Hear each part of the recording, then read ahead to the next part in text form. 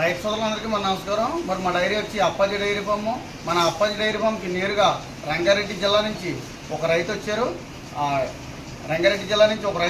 ఈయన పేరు నరసింహారెడ్డి. ఈయన గ్రామం వచ్చి విప్రిపట్నం అండి. ఈయన మా అప్పాజీ డైరీ ఫామ్కి నేరుగా వచ్చి 3 పాడి గేదెలు తీసుకుంటారండి, ముర్రజాతి గేదెల్ని. ఈయనకి రీజనబుల్ రేట్లో ఇచ్చాను. 1,30,000 లోపలనే తగ్గించి ఇచ్చాను.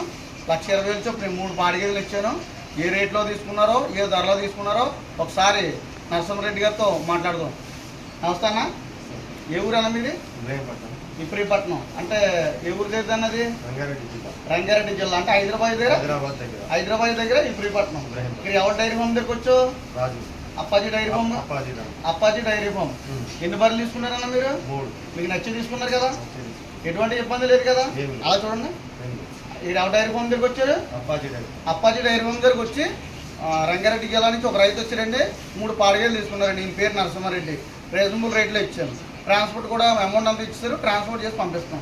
ఓకే అన్న. సక్సెస్ మళ్ళీ రావాలి. ఓకే అన్న. ఓకే.